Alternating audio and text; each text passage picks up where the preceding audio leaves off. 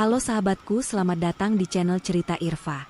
Senang sekali bisa kembali menyapa kalian semua dalam ruang cerita yang penuh dengan kejutan dan pelajaran hidup.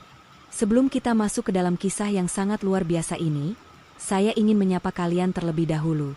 Silakan tuliskan nama dan asal kota kalian di kolom komentar sebagai tanda kehadiran, agar kita bisa saling mengenal lebih dekat. Jangan lupa juga untuk klik tombol like dan subscribe, agar kalian tidak ketinggalan setiap bagian dari perjalanan hidup tokoh kita kali ini. Kisah ini bercerita tentang seorang gadis bernama Alia, yang harus tegar menghadapi hinaan di rumahnya sendiri. Namun di balik kesabarannya, ada rahasia besar yang siap meledak dan mengubah segalanya. Mari kita masuk ke dalam ceritanya. Sinar matahari pagi yang masuk melalui celah jendela dapur, seolah tidak mampu menghangatkan suasana dingin di dalam rumah megah itu bagi Alia. Sejak fajar menyingsing, tangan Alia sudah lincah bergelut dengan tumpukan pakaian kotor dan piring-piring sisa semalam. Di rumah yang seharusnya menjadi tempat ia bernaung dengan nyaman, Alia justru merasa seperti orang asing yang sedang menumpang hidup. Statusnya sebagai anak kandung dari pemilik rumah terdahulu, seolah terkubur dalam-dalam di bawah dominasi Ibu Yana. Ibu Yana turun dari lantai 2 dengan langkah kaki yang sengaja dibuat keras, seolah ingin menunjukkan kekuasaannya di rumah itu. Dengan daster sutra yang mahal, ia menatap Alia dengan pandangan merendahkan. Tidak ada sapaan hangat atau senyum seorang ibu yang diterima Alia, melainkan hanya rentetan perintah yang tajam. Ibu Yana menggeser kursi makan dengan kasar dan memeriksa kebersihan meja kayu jati yang baru saja dilap oleh Alia. Tanpa alasan yang jelas, Ibu Yana menyentuh permukaan meja dan mendengus kesal. Ia berkata bahwa kerja Alia semakin hari semakin tidak becus. Ia menuduh Alia hanya membuang-buang sabun tanpa benar-benar membersihkan rumah. Alia hanya bisa menunduk, meremas kain lap di tangannya sambil meminta maaf dengan suara rendah. Panggilan ibu yang diucapkan Alia sama sekali tidak melunakkan hati wanita itu. Bagi Ibu Yana, Alia hanyalah pengingat akan masa lalu suaminya yang tidak ingin ia akui. Tak lama kemudian, Siska menyusul turun dengan gaya yang sangat kontras. Siska mengenakan pakaian olahraga bermerek dan memegang ponsel keluaran terbaru. Begitu melihat Alia, Siska langsung memasang wajah jijik. Ia melemparkan handuk basah bekas pakainya tepat ke arah bahu Alia, membuat kaos yang dipakai Alia menjadi lembab. Siska mengeluh kepada ibunya bahwa kehadiran Alia di meja makan merusak seleranya. Ia menyebut Alia membawa aura kampung yang norak ke dalam rumah modern mereka. Ibu Yana justru tertawa mendengar hinaan anaknya. Ia mendukung setiap kata kasar yang keluar dari mulut Siska. Mereka berdua kemudian asyik sarapan dengan menu mewah, sementara Alia harus menepi ke sudut dapur untuk mencuci handuk yang baru saja dilemparkan Siska. Tidak ada setetes pun rasa kasihan di mata mereka. Bagi mereka, keberadaan Alia di rumah itu hanyalah karena sebuah keterpaksaan demi menjaga nama baik di depan kolega mendiang ayah Alia. Di tengah kesibukannya, Alia seringkali teringat akan janji almarhum ayahnya. Ayahnya pernah berpesan bahwa suatu saat Alia akan memahami mengapa ia harus bersabar. Namun, di bawah tekanan Ibu Yana yang semakin menjadi-jadi, kesabaran Alia mulai diuji hingga ke titik nadir. Setiap sudut rumah itu kini terasa seperti penjara. Ibu Yana bahkan tak segan-segan memotong uang saku kuliah Alia dengan alasan untuk biaya perawatan kecantikan Siska. Alia hanya bisa mengelus dada, menyadari bahwa ia tidak memiliki siapapun untuk mengadu. Siska seringkali sengaja menjatuhkan barang-barang koleksi mahalnya, hanya agar Alia yang harus memungut dan membersihkannya. Pernah suatu ketika, sebuah vas bunga kristal pecah karena ulah Siska sendiri, namun dengan cepat Siska menunjuk Alia sebagai pelakunya. Ibu Yana tanpa ragu langsung menghardik Alia habis-habisan di depan para asisten rumah tangga yang lain. Ia menyebut Alia sebagai anak yang tidak tahu diuntung dan hanya bisa merusak barang. Hinaan itu menyayat hati Alia, namun ia tetap memilih diam karena tahu pembelaan apapun tidak akan didengar.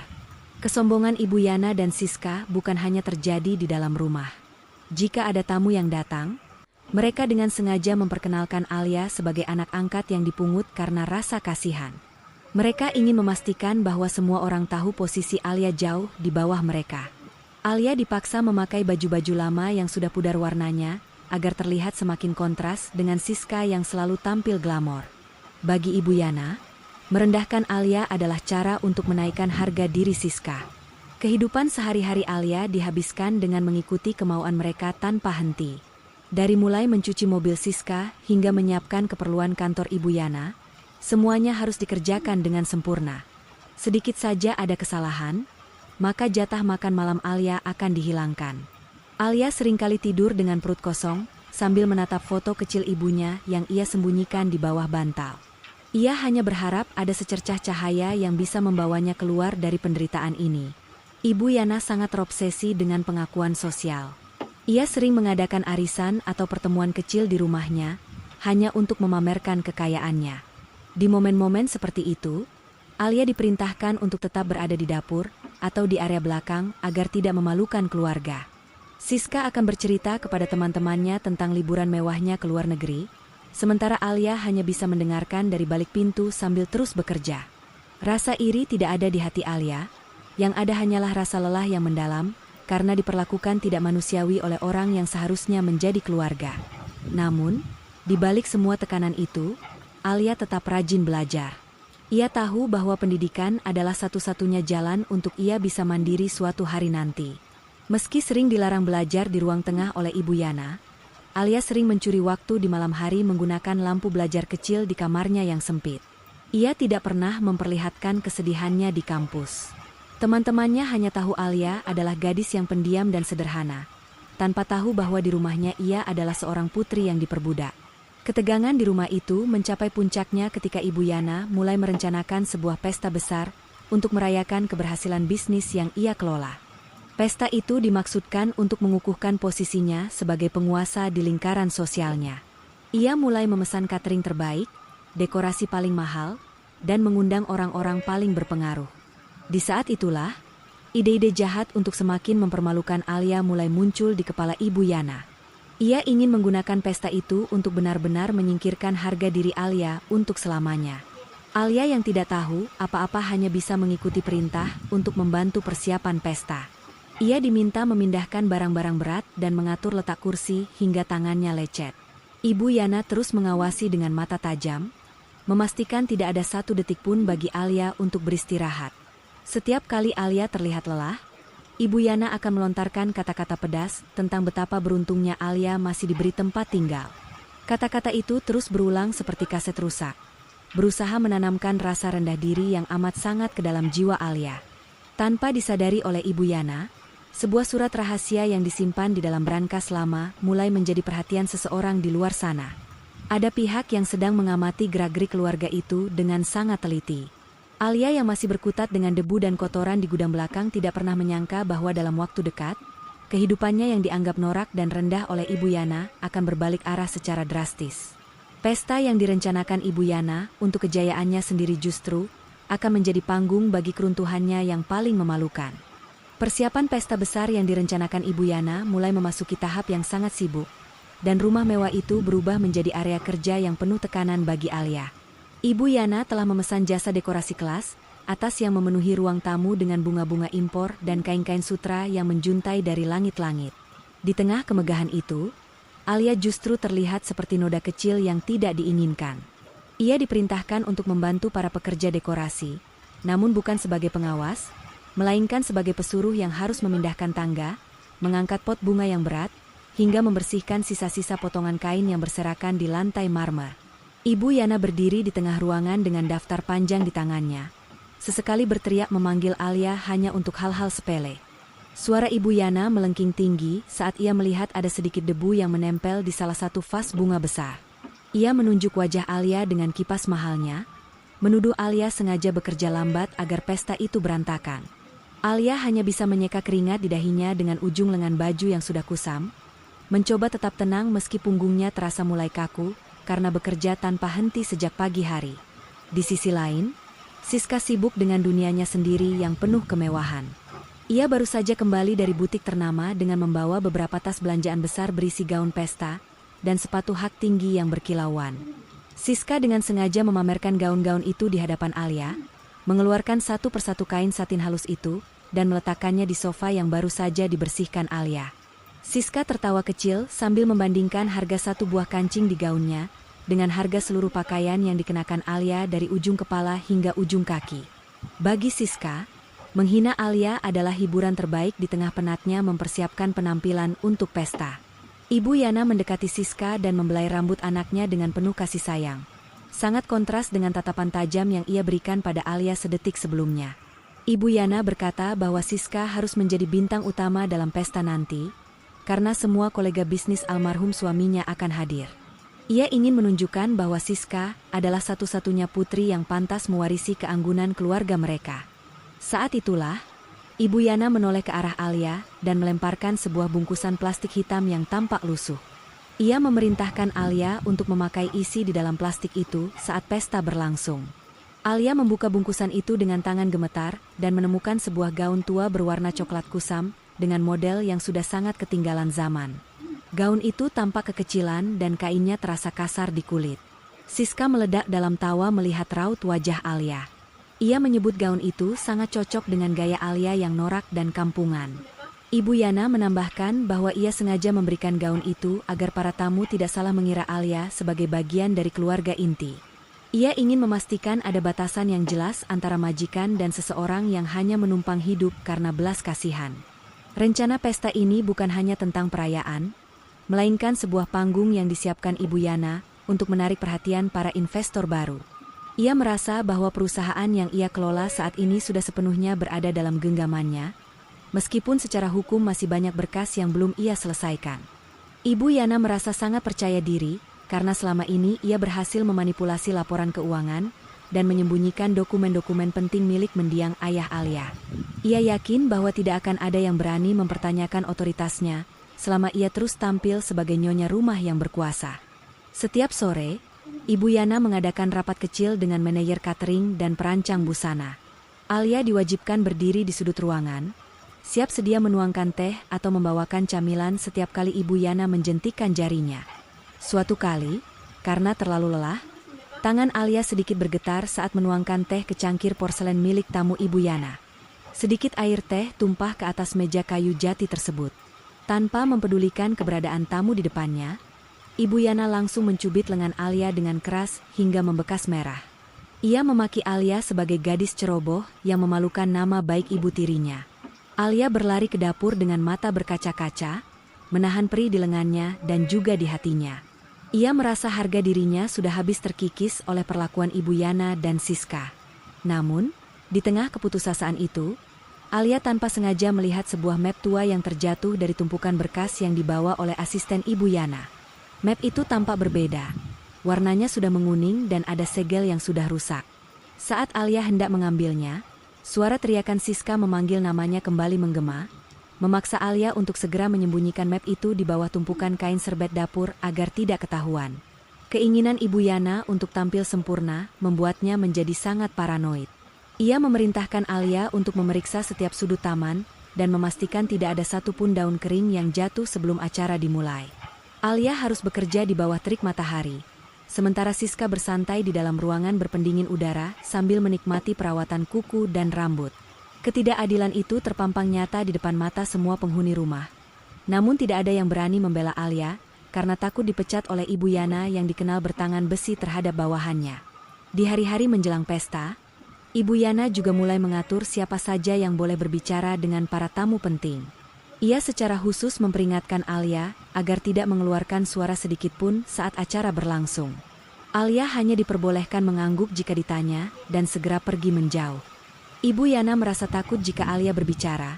Kesederhanaan dan kepolosan Alia justru akan menarik simpati orang lain, sesuatu yang sangat dihindari oleh Ibu Yana. Ia ingin dunia melihat Alia sebagai beban yang sedang ia tanggung dengan penuh kebaikan hati. Persaingan antara Siska dan Alia sebenarnya tidak pernah ada, karena Alia tidak pernah berniat bersaing. Namun bagi Siska, Alia adalah sasaran empuk untuk meluapkan rasa tidak amannya. Siska seringkali sengaja merusak tugas-tugas yang sudah diselesaikan Alia, agar Alia mendapatkan hukuman dari Ibu Yana.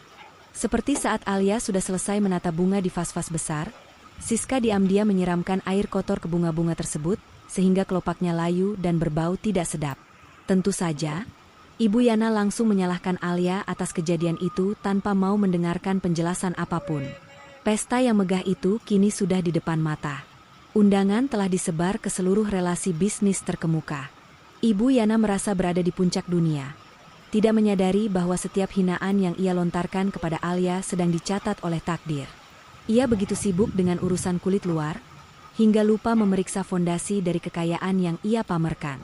Sementara itu, Alia yang duduk sendirian di gudang belakang sambil menatap gaun coklat kusamnya, mulai merasakan firasat aneh. Ia merasa bahwa pesta ini tidak akan berjalan sesuai dengan rencana ambisius Ibu Yana. Alia mengambil kembali map tua yang ia sembunyikan tadi. Dengan tangan gemetar, ia mulai membaca baris demi baris tulisan tangan ayahnya yang ditujukan kepada seorang pengacara bernama Davin. Di sana tertulis tentang sebuah janji suci dan perlindungan aset yang tidak bisa disentuh oleh siapapun kecuali ahli waris sah pada saat yang tepat. Sayangnya, bagian terpenting dari dokumen itu terpotong. Alia menyadari bahwa ia memegang kunci penting.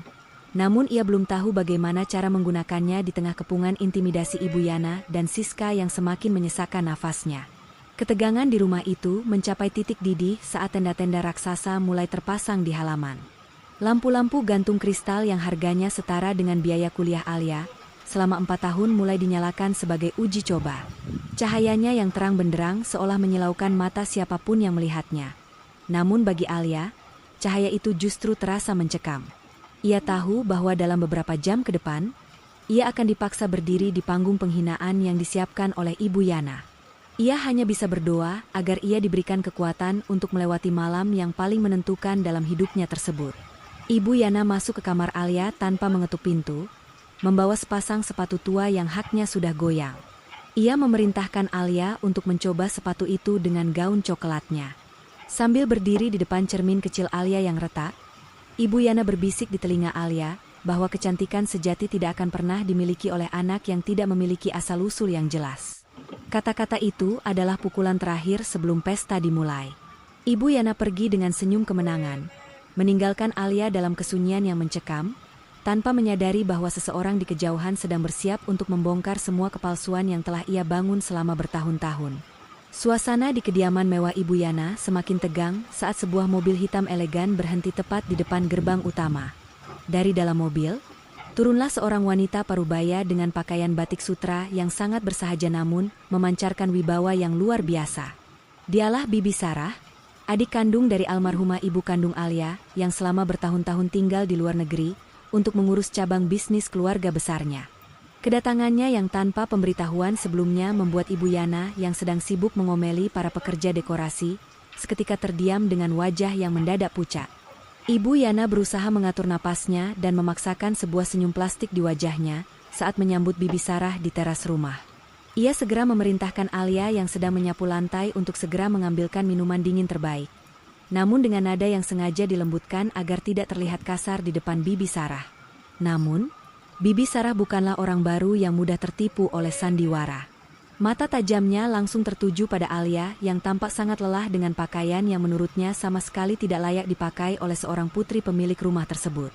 Bibi Sarah mengabaikan sambutan manis Ibu Yana dan justru melangkah mendekati Alia. Ia membelai pipi keponakannya itu dengan lembut, merasakan kulit Alia yang kasar karena terlalu banyak bekerja berat. Bibi Sarah bertanya dalam hati, mengapa Alia terlihat seperti asisten rumah tangga di rumah ayahnya sendiri. Ibu Yana yang menyadari situasi mulai tidak nyaman, segera menyela pembicaraan mereka dengan dalih bahwa Alia memang senang membantu urusan rumah karena sifatnya yang rajin.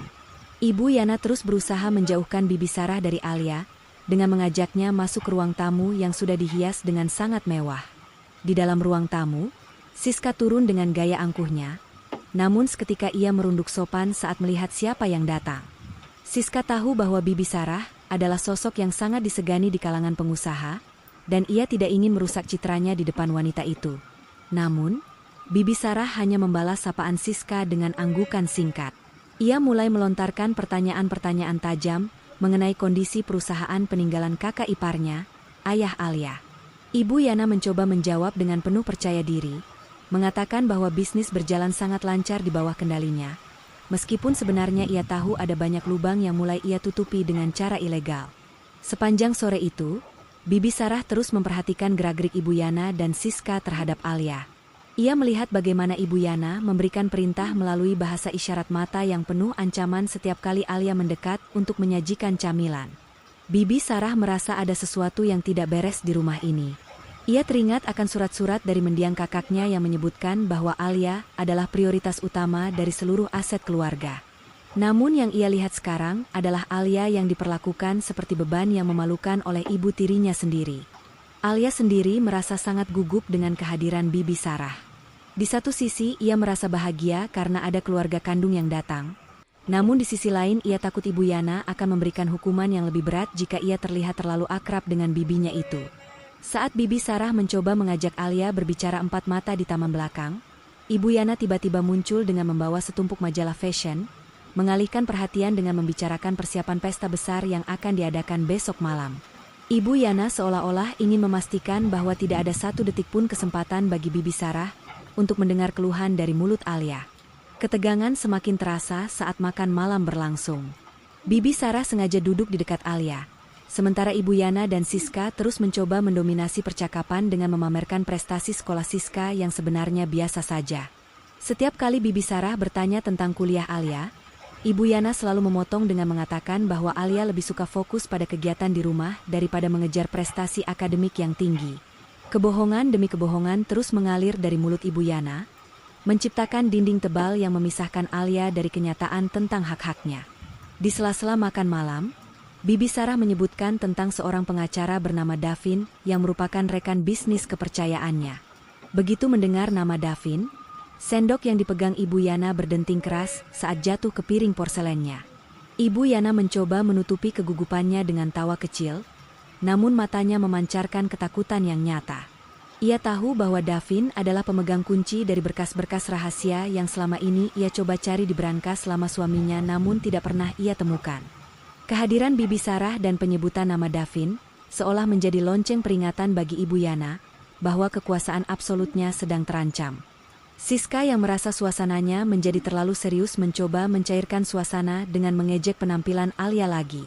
Ia berkata kepada Bibi Sarah bahwa mereka sedang berusaha keras mendidik Alia agar lebih mengerti tata krama karena gaya Alia yang dianggapnya sangat norak dan kampungan. Siska tertawa sambil menunjuk jepit rambut plastik murah yang dipakai Alia, tanpa menyadari bahwa mata Bibi Sarah justru berkilat karena marah. Bibi Sarah hanya tersenyum tipis dan berkata bahwa terkadang orang yang paling sederhana adalah mereka yang memiliki harta paling berharga di dalam jiwanya. Sebuah sindiran halus yang sama sekali tidak dipahami oleh Siska yang dangkal. Malam itu, setelah semua orang masuk ke kamar masing-masing, Bibi Sarah tidak langsung tidur. Ia berdiri di balkon kamarnya, memperhatikan Alia yang masih berada di area belakang sedang menjemur kain-kain meja yang akan digunakan untuk pesta besok. Hati Bibi Sarah teriris melihat keponakannya diperlakukan seperti itu. Ia mengeluarkan ponselnya dan melakukan sebuah panggilan singkat kepada seseorang yang ia panggil dengan nama Davin. Ia meminta Davin untuk menyiapkan semua dokumen asli dan bersiap hadir di pesta besok malam dengan membawa kejutan yang sudah lama mereka persiapkan. Sementara itu, di kamar utama, Ibu Yana sedang mondar-mandir dengan gelisah. Ia memanggil Siska masuk ke kamarnya dan memberikan instruksi ketat agar Siska terus menempel pada Bibi Sarah besok pagi. Ibu Yana ingin memastikan bahwa Bibi Sarah tidak memiliki waktu luang untuk berbicara dengan Alia atau asisten rumah tangga senior lainnya yang mungkin tahu tentang kebusukan mereka. Ibu Yana merasa bahwa rencana besarnya untuk memamerkan kejayaannya di pesta besok ini memiliki risiko besar, namun ia sudah terlalu jauh untuk mundur.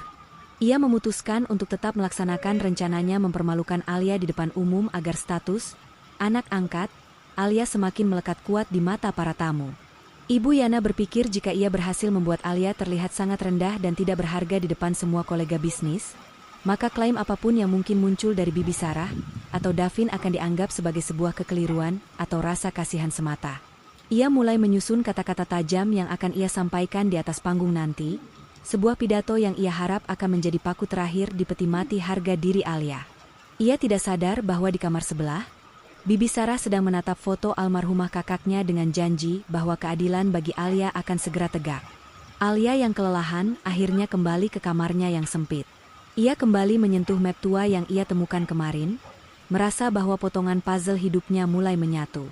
Meskipun ia belum tahu secara detail apa isi map tersebut, kehadiran Bibi Sarah memberinya kekuatan baru yang tidak pernah ia rasakan sebelumnya. Alia menatap keluar jendela, melihat tenda pesta yang sudah berdiri kokoh di bawah cahaya bulan. Baginya, Tenda itu bukan lagi simbol kemewahan Ibu Yana, melainkan sebuah arena di mana kebenaran akan segera diuji. Besok adalah hari di mana pesta itu akan berlangsung. Semua persiapan sudah mencapai tahap akhir. Ibu Yana merasa sangat percaya diri dengan penampilannya dan Siska, sementara ia tetap membiarkan Alia dalam kondisi yang paling tidak menarik. Ia yakin dengan modal kecantikan dan kekayaan palsunya, ia bisa memenangkan hati para investor.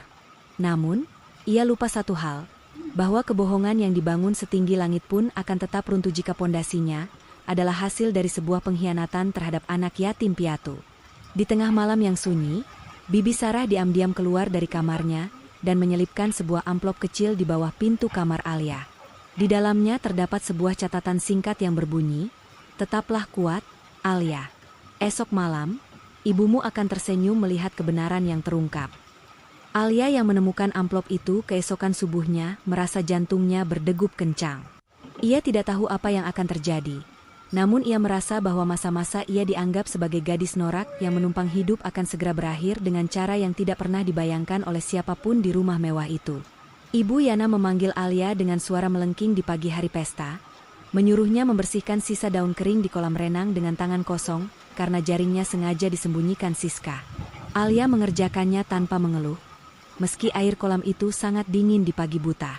Dari balkon lantai atas, Bibi Sarah melihat pemandangan itu dengan mata yang berkaca-kaca namun penuh tekad. Ia tahu, penderitaan Alia tinggal menghitung jam. Pesta yang dirancang Ibu Yana sebagai perayaan keangkuhannya akan segera berubah menjadi hari penghakiman yang tak terlupakan. Pagi hari menjelang pesta besar itu dimulai dengan ketegangan yang nyaris tidak bisa disembunyikan oleh siapapun di rumah mewah tersebut. Ibu Yana terlihat sangat sibuk mengatur setiap detail terakhir, mulai dari susunan bunga di meja prasmanan hingga pencahayaan di area taman. Namun, fokus utamanya bukan hanya pada kesempurnaan acara, melainkan pada bagaimana ia bisa terus mengawasi Alia agar tidak memiliki kesempatan untuk berbicara lebih jauh dengan Bibi Sarah. Ibu Yana merasa bahwa setiap detik yang dihabiskan Alia bersama adik mendiang madunya itu adalah ancaman bagi kedudukannya. Alia terbangun dengan perasaan yang campur aduk setelah membaca surat singkat dari Bibi Sarah subuh tadi. Ia menyimpan surat itu baik-baik di dalam saku celananya, merasa seolah memiliki pelindung tak kasat mata di tengah kepungan intimidasi ibu tirinya. Namun, tugas berat sudah menantinya. Ibu Yana memerintahkan Alia untuk masuk ke gudang bawah tanah yang pengap dan gelap, untuk mencari beberapa kotak kristal tua yang jarang digunakan. Gudang itu penuh dengan debu dan sarang laba-laba, tempat yang sengaja dipilih Ibu Yana agar Alia terlihat semakin kotor dan berantakan saat para tamu mulai berdatangan nanti. Di dalam gudang yang sunyi itu, saat sedang menggeser beberapa tumpukan kardus berat, tangan Alia menyentuh sebuah kotak kayu kecil yang terkunci rapat. Kotak itu memiliki ukiran inisial nama ibunya. Dengan rasa penasaran yang membuncah, Alia mencoba membukanya menggunakan kunci kecil yang selalu ia kalungkan di lehernya, pemberian ayahnya sebelum meninggal. Begitu kotak itu terbuka, Alia menemukan sebuah buku harian kecil dan beberapa lembar saham yang nilainya sangat fantastis. Di dalam buku harian itu, ibunya menuliskan tentang kekhawatirannya terhadap sifat asli Ibu Yana yang sudah terlihat sejak awal. Alia tertegun membaca baris demi baris tulisan tangan ibunya. Ternyata, ayahnya telah menyiapkan skenario perlindungan jauh sebelum ia jatuh sakit. Ayahnya tahu bahwa jika ia pergi, Ibu Yana akan mencoba menguasai segalanya. Oleh karena itu, semua aset utama sengaja dikunci atas nama Alia dengan syarat yang hanya bisa dibuka oleh pengacara keluarga, Davin, saat Alia mencapai usia dewasa atau saat terjadi kondisi darurat yang mengancam hak-hak Alia. Penemuan ini membuat jantung Alia berdegup kencang. Ia menyadari bahwa selama ini ia tidak sedang menumpang hidup, melainkan ia adalah pemilik sah dari setiap jengkal tanah yang diinjaknya. Tiba-tiba, suara langkah kaki terdengar mendekat ke arah gudang. Alia dengan sigap menyembunyikan kotak kayu itu di balik tumpukan kain tua, dan segera berpura-pura sibuk mengelap kristal. Siska muncul dengan wajah masam, menutup hidungnya karena debu yang beterbangan. Siska datang bukan untuk membantu, melainkan untuk memberikan perintah tambahan dari Ibu Yana. Ia menyuruh Alia untuk segera mencuci semua kristal itu menggunakan tangan secara manual, dan tidak boleh menggunakan mesin cuci piring, karena takut pecah. Siska mengejek Alia yang terlihat sangat kusam dengan rambut penuh debu, mengatakan bahwa Alia lebih cocok menjadi tikus gudang daripada penghuni rumah. Alia tidak membalas. Ia hanya menatap Siska dengan pandangan yang sulit diartikan, sebuah ketenangan yang justru membuat Siska merasa sedikit risih. Siska meninggalkan gudang dengan gerutu, tidak menyadari bahwa Alia baru saja memegang kunci kehancuran keluarga palsu mereka. Alia segera menyelesaikan tugasnya dengan cepat, membawa kotak-kotak kristal itu ke dapur sambil terus memikirkan isi buku harian ibunya. Ia tahu bahwa ia harus bersabar hanya beberapa jam lagi sebelum pesta dimulai. Sementara itu, di ruang tengah, Bibi Sarah sedang duduk bersantai sambil memperhatikan Ibu Yana yang sedang memberikan instruksi kepada para pelayan. Bibi Sarah berkali-kali mencoba memanggil Alia untuk menemaninya minum teh, namun Ibu Yana selalu punya alasan untuk mengirim Alia ke bagian rumah yang lain. Ibu Yana bahkan secara terang-terangan mengatakan kepada Bibi Sarah bahwa Alia sedang dihukum karena melakukan kesalahan dalam mengurus administrasi rumah tangga. Bibi Sarah hanya tersenyum dingin, menyadari betapa lihainya Ibu Yana dalam memutarbalikkan fakta. Ibu Yana mulai merasa bahwa ia harus bertindak lebih ekstrim untuk memastikan Alia benar-benar terisolasi. Ia memanggil Alia ke kamarnya dan merampas ponsel milik Alia dengan alasan agar Alia bisa fokus bekerja tanpa gangguan. Ibu Yana juga memperingatkan Alia bahwa jika ada satu saja tamu yang merasa terganggu dengan kehadirannya, maka Ibu Yana tidak akan segan-segan mengusir Alia malam itu juga tanpa membawa barang satupun. Ancaman itu diucapkan dengan nada rendah yang penuh kebencian, membuat suasana di kamar itu terasa sangat mencekam. Sore harinya, saat persiapan sudah mencapai 90%, Davin datang ke rumah tersebut. Ibu Yana menyambutnya dengan sangat formal dan sedikit tegang. Davin adalah sosok pria muda yang cerdas dan berwibawa. Ia membawa sebuah tas kerja kulit yang terlihat sangat berat. Ibu Yana mencoba mengajak Davin ke ruang kerjanya untuk membicarakan beberapa dokumen perpanjangan kuasa, namun Davin menolak dengan sopan. Ia mengatakan bahwa ia datang atas undangan Bibi Sarah dan lebih memilih untuk menunggu di ruang tamu bersama tamu-tamu lainnya. Kehadiran Davin membuat posisi Ibu Yana semakin tersudut. Ia mulai merasa bahwa ada sebuah konspirasi yang sedang dibangun di belakang punggungnya. Ia segera memanggil Siska dan menyuruhnya untuk mengawasi setiap pergerakan Bibi Sarah dan Davin. Ibu Yana merasa bahwa pesta ini adalah pertaruhan terakhirnya. Jika ia berhasil memukau para tamu dan membuat Alia terlihat seperti anak angkat yang tidak berharga, maka ia bisa mengamankan posisinya. Namun, ia tidak tahu bahwa Davin sebenarnya sudah memegang dokumen pembatalan hak kelola Ibu Yana yang sudah ditandatangani oleh hakim sejak 2 hari yang lalu. Alia yang sudah selesai dengan semua pekerjaan fisiknya, diminta untuk segera berganti pakaian di kamarnya yang kecil. Saat ia melihat gaun coklat norak yang diberikan Ibu Yana, Alia tidak lagi merasa sedih. Ia justru tersenyum tipis. Ia akan memakai gaun itu sebagai simbol dari semua penderitaan yang telah ia lalui. Ia mencuci wajahnya dan mengikat rambutnya dengan rapi, namun tetap membiarkan penampilannya terlihat sederhana sesuai keinginan ibu tirinya.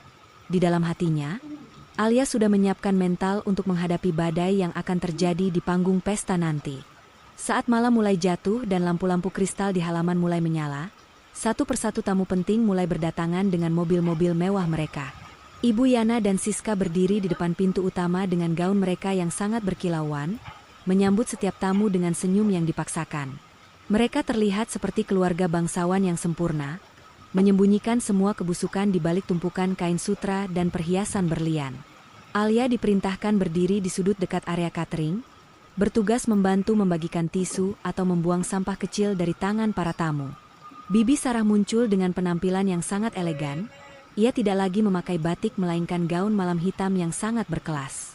Ia berjalan langsung menuju tempat Alia berdiri dan menggenggam tangan keponakannya itu di depan beberapa tamu yang sedang lewat.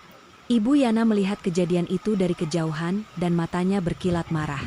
Ia segera memberikan kode kepada Siska untuk mendekat dan memisahkan mereka. Siska dengan segera menarik Bibi Sarah dengan alasan ingin memperkenalkan Bibi kepada seorang kolega bisnis penting, meninggalkan Alia kembali sendirian di sudut kegelapan. Namun, rencana Ibu Yana untuk menyembunyikan Alia tidak sepenuhnya berhasil. Beberapa kolega lama ayah Alia mulai bertanya-tanya tentang keberadaan putri kandung sahabat mereka. Ibu Yana dengan licin menjawab bahwa Alia adalah anak yang sangat pemalu dan lebih suka berada di belakang layar karena merasa tidak percaya diri dengan penampilannya. Ia terus membangun narasi bahwa Alia adalah anak yang berbeda, dan sulit untuk bergaul dengan kalangan atas. Hinaan demi hinaan terus ia tebar dengan halus. Seolah-olah itu adalah bentuk perhatian seorang ibu terhadap anak angkatnya yang kurang beruntung. Pesta berlangsung dengan sangat meriah, musik klasik mengalun lembut di seluruh penjuru taman. Namun bagi Alia, musik itu terdengar seperti pengiring menuju sebuah eksekusi. Ia melihat Ibu Yana yang sesekali meliriknya dengan tatapan penuh ancaman. Alia tahu, momen yang direncanakan Ibu Yana untuk mempermalukannya di depan semua orang sudah semakin dekat. Namun, ia juga melihat Davin yang berdiri tak jauh dari panggung utama, memberikan anggukan kecil kepadanya yang seolah memberikan sinyal bahwa segalanya sudah siap. Di balik kemegahan pesta itu, sebuah kebenaran besar siap untuk diledakkan.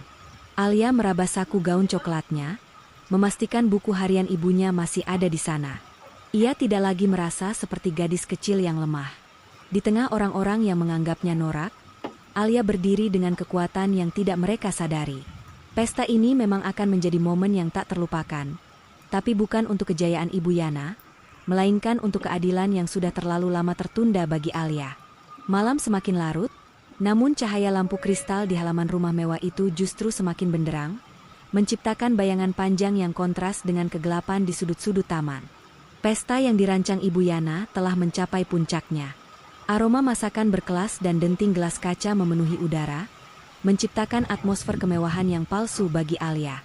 Di sudut dekat meja catering, Alia berdiri dengan gaun coklat kusamnya yang terlihat sangat kontras di antara gaun-gaun sutra para tamu. Ia terus menjalankan tugasnya, memunguti tisu bekas dan memastikan piring-piring kotor segera dibawa ke belakang. Persis seperti instruksi tajam Ibu Yana sebelum acara dimulai. Siska berjalan melintasi kerumunan dengan gaun merah menyala yang ekornya menyapu lantai marmer. Setiap kali berpapasan dengan teman-teman sosialitanya, Siska sengaja mengarahkan pandangan mereka ke arah Alia. Dengan tawa kecil yang dibuat-buat, Siska membisikkan kata-kata pedas bahwa gadis berbaju norak di sudut itu adalah anak angkat yang mereka tampung karena kasihan. Siska menikmati raut wajah menghina dari teman-temannya yang mulai memandang Alia, seolah-olah gadis itu adalah noda di tengah keindahan pesta. Hinaan itu sampai ke telinga Alia, namun ia tetap bergeming, fokus pada pekerjaannya sambil sesekali melirik ke arah Bibi Sarah yang sedang berbincang serius dengan Davin di dekat panggung utama. Ibu Yana tampak sangat sibuk menyapa para investor penting. Ia memegang gelas minumannya dengan anggun, sesekali tertawa renyah menanggapi pujian para tamu tentang kesuksesannya mengelola perusahaan peninggalan suaminya. Di dalam hatinya, Ibu Yana merasa kemenangan sudah di depan mata. Ia telah menyiapkan sebuah pidato singkat yang akan mengukuhkan posisinya, sekaligus mempermalukan Alia secara halus namun mematikan. Ia ingin memastikan bahwa setelah malam ini, tidak akan ada satupun orang yang menganggap Alia memiliki hak atas harta keluarga ini. Baginya, Alia hanyalah pion yang harus segera disingkirkan dari papan catur kehidupannya yang gemerlap. Kesibukan di area catering membuat Alia harus bolak-balik ke dapur. Saat ia sedang membawa tumpukan piring kotor, Ibu Yana sengaja menghalangi jalannya. Dengan gerakan yang sangat cepat dan tidak terlihat oleh tamu lain, Ibu Yana menyenggol lengan Alia hingga satu buah piring terjatuh dan pecah berkeping-keping. Suara pecahan itu mengundang perhatian beberapa tamu di dekat sana. Ibu Yana langsung memasang wajah kecewa yang dramatis, mendesah panjang sambil berkata dengan suara yang cukup keras agar terdengar orang lain, bahwa Alia memang selalu ceroboh meski sudah diajarkan berkali-kali. Alia hanya bisa menunduk, memunguti pecahan piring itu dengan tangan gemetar sementara Ibu Yana berlalu dengan senyum puas. Bibi Sarah yang melihat kejadian itu dari kejauhan merasa dadanya sesak karena amarah yang tertahan. Ia ingin sekali menghampiri Alia dan memeluknya, namun Davin menahan lengannya. Davin berbisik bahwa mereka harus mengikuti alur permainan Ibu Yana sedikit lebih lama lagi, agar semua bukti kejahatan finansial yang dilakukan Ibu Yana bisa terungkap sepenuhnya di saat yang paling memalukan bagi wanita itu. Bibi Sarah mengangguk setuju, meski matanya terus mengawasi Alia yang kini sedang dihardik oleh Siska di dekat area cuci piring, karena dianggap merusak suasana pesta dengan suara pecahan tadi. Di tengah tekanan itu, Alia mencoba menenangkan dirinya di balik pilar besar. Ia meraba buku harian ibunya yang terselip di balik gaun kusamnya. Sentuhan kertas tua itu memberinya kekuatan luar biasa. Ia teringat tulisan ibunya tentang betapa pentingnya menjaga martabat meski dalam keadaan paling terpuruk sekalipun. Alia menyadari bahwa Ibu Yana dan Siska sedang berusaha menghancurkan mentalnya sebelum Serangan utama dimulai di atas panggung nanti. Ia menarik napas dalam-dalam, menegakkan punggungnya, dan kembali keluar untuk melayani tamu dengan ketenangan yang tidak terduga. Sebuah ketenangan yang mulai membuat Ibu Yana merasa sedikit tidak nyaman. Ibu Yana mulai merasa bahwa pengaruh Bibi Sarah dan Davin di pesta ini terlalu kuat. Ia melihat banyak kolega lama suaminya yang justru lebih banyak menghabiskan waktu berbicara dengan Bibi Sarah daripada dengannya. Rasa iri dan takut mulai merayap di hati Ibu Yana. Ia segera memerintahkan Siska untuk naik ke panggung kecil dan memberikan pengumuman bahwa sesi pidato utama akan segera dimulai. Ibu Yana ingin segera mengalihkan perhatian semua orang kembali kepadanya. Ia ingin semua mata tertuju pada keberhasilannya, bukan pada bisik-bisik rahasia yang mungkin sedang disebarkan oleh Bibi Sarah. Siska dengan penuh percaya diri memegang mikrofon, suaranya menggema di seluruh halaman rumah. Ia mengundang Ibu Yana untuk naik ke atas panggung sebagai sosok wanita hebat yang telah menjaga keutuhan keluarga dan bisnis mereka. Para tamu memberikan tepuk tangan meriah, sebagian besar karena segan dan sebagian lagi karena tidak tahu apa yang sebenarnya terjadi di balik pintu tertutup rumah itu. Ibu Yana melangkah naik dengan dagu terangkat, matanya menyapu seluruh hadirin hingga berhenti tepat pada Alia yang berdiri di barisan paling belakang, dekat tempat sampah. Dalam pidatonya, Ibu Yana mulai menceritakan betapa beratnya perjuangan dia mendidik anak-anak setelah kepergian suaminya. Ia mulai memasukkan unsur manipulatif, mengatakan bahwa ia telah berusaha memberikan yang terbaik bagi anak angkatnya yang kurang beruntung. Merujuk pada Alia tanpa menyebutkan namanya secara langsung, namun semua orang tahu siapa yang dimaksud. Ibu Yana berkata bahwa meski sudah diberikan fasilitas mewah, anak tersebut tetap memilih gaya hidup yang norak dan sulit untuk diajak maju. Ia seolah-olah sedang meminta simpati publik atas kesabaran yang ia miliki dalam menghadapi Alia. Alia berdiri mematung mendengarkan setiap kalimat yang keluar dari mulut ibu tirinya. Setiap kata terasa seperti sembilu yang menyayat hatinya. Namun ia tidak menangis. Ia melihat beberapa tamu mulai menatapnya dengan pandangan meremehkan, berbisik-bisik sambil menunjuk gaun coklatnya yang dianggap sampah di tengah pesta mewah itu. Ibu Yana semakin menjadi-jadi, ia bahkan menyuruh Alia untuk maju sedikit ke depan agar semua orang bisa melihat sosok yang ia ceritakan. Ia ingin menjadikan Alia sebagai contoh nyata dari kegagalannya dalam mendidik anak yang tidak memiliki darah daging yang sama dengannya. Bibi Sarah memberikan kode kepada Davin bahwa inilah saatnya. Davin mulai membuka tas kerjanya dan mengeluarkan beberapa lembar dokumen penting yang sudah dilegalisir. Ia bergerak perlahan menuju sisi panggung, menunggu momen yang tepat untuk interupsi. Sementara itu, Ibu Yana masih terus berbicara. Ia mulai membahas tentang rencana masa depan perusahaan yang menurutnya akan sepenuhnya jatuh ke tangan Siska sebagai ahli warisah. Ia dengan berani menyatakan bahwa ia telah menyelesaikan semua proses hukum untuk memastikan kepemilikan aset tersebut tidak akan pernah bisa diganggu-gugat oleh siapapun. Saat Ibu Yana hendak menutup pidatonya dengan pernyataan sombong, tiba-tiba mikrofon cadangan di sisi lain panggung menyala. Suara Bibi Sarah yang berat namun penuh wibawa memotong kalimat Ibu Yana. Seluruh tamu terdiam, suasana yang tadinya penuh tawa palsu seketika menjadi sunyi senyap. Ibu Yana tertegun, wajahnya yang penuh riasan mahal itu mendadak kaku. Ia menatap Bibi Sarah dengan tatapan tidak percaya, tidak menyangka bahwa adik madunya itu akan berani melakukan interupsi di acara yang ia rancang dengan begitu detail.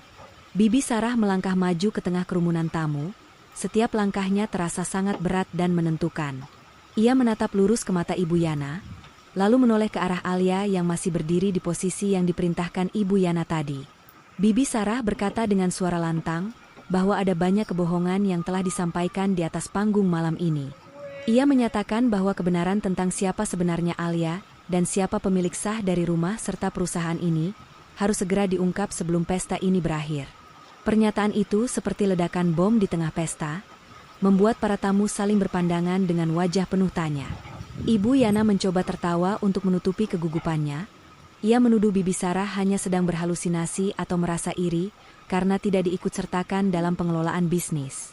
Namun, tawa Ibu Yana terdengar sangat sumbang. Siska yang berada di atas panggung mulai merasa panik. Ia mencoba membela ibunya namun suaranya tenggelam oleh desas-desus para tamu yang mulai mencium adanya skandal besar. Davin kemudian melangkah naik ke atas panggung tanpa izin, berdiri tepat di samping Ibu Yana yang kini tampak gemetar hebat. Davin mengeluarkan sebuah map hitam dan menunjukkan sebuah segel resmi dari pengadilan kepada para hadirin. Ia menyatakan bahwa ia memiliki dokumen yang akan membuktikan bahwa apa yang selama ini diklaim oleh Ibu Yana adalah sebuah penipuan besar terhadap hak-hak anak yatim. Alia yang tadinya merasa sangat rendah di barisan belakang, kini merasa seluruh sorot lampu pesta seolah berpindah kepadanya. Ia tidak lagi melihat Ibu Yana sebagai sosok yang berkuasa, melainkan sebagai seorang penipu yang tertangkap basah. Babak baru dari malam penghakiman ini baru saja dimulai, dan tidak ada lagi jalan pulang bagi Ibu Yana untuk melarikan diri dari kenyataan yang akan segera menghancurkannya. Suasana pesta yang tadinya penuh dengan tawa palsu dan denting gelas kristal, seketika berubah mencekam saat Davin berdiri di samping Ibu Yana di atas panggung. Ibu Yana mencoba mempertahankan harga dirinya dengan menggenggam mikrofon lebih erat. Jemarinya yang dihiasi cincin berlian tampak gemetar hebat. Ia menatap Davin dengan pandangan membunuh, lalu tertawa sumbang ke arah para tamu, mencoba meyakinkan mereka bahwa ini hanyalah bagian dari kejutan pesta atau mungkin sebuah lelucon yang buruk dari kerabat jauhnya.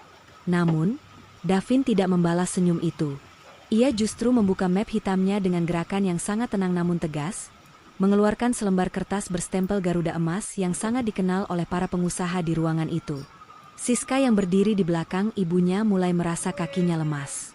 Ia melirik ke arah teman-teman sosialitanya yang kini tidak lagi memandangnya dengan kekaguman, melainkan dengan tatapan penuh selidik dan bisik-bisik yang menyakitkan. Siska mencoba membela ibunya dengan berteriak bahwa Davin adalah penyusup yang ingin merusak acara mereka. Namun suaranya tenggelam oleh wibawa Bibi Sarah yang kini sudah berdiri di barisan paling depan para tamu. Bibi Sarah melipat tangannya di dada. Matanya tidak lepas dari wajah Ibu Yana yang riasannya mulai tampak luntur karena keringat dingin. Davin mulai membacakan isi dokumen tersebut dengan suara yang lantang dan jelas, memastikan setiap kata terdengar hingga ke sudut taman tempat Alia berdiri. Dokumen itu adalah surat pembatalan hak kelola sementara atas seluruh aset peninggalan almarhum ayah Alia. Dalam surat tersebut dinyatakan bahwa Ibu Yana telah terbukti melakukan penyalahgunaan dana perusahaan untuk kepentingan pribadi dan pengalihan aset secara ilegal ke atas nama pribadinya dan Siska. Para tamu tersentak, suara riuh rendah mulai memenuhi halaman rumah. Beberapa kolega bisnis yang selama ini menaruh kepercayaan pada Ibu Yana, mulai merasa tertipu dan memberikan pandangan sinis. Ibu Yana mencoba merebut mikrofon dari tangan Davin, namun Davin dengan sigap menghindar. Ibu Yana berteriak bahwa itu adalah dokumen palsu, dan Alia hanyalah anak angkat yang tidak punya hak apa-apa. Namun, Bibi Sarah segera menyahut dengan suara yang lebih menggelegar.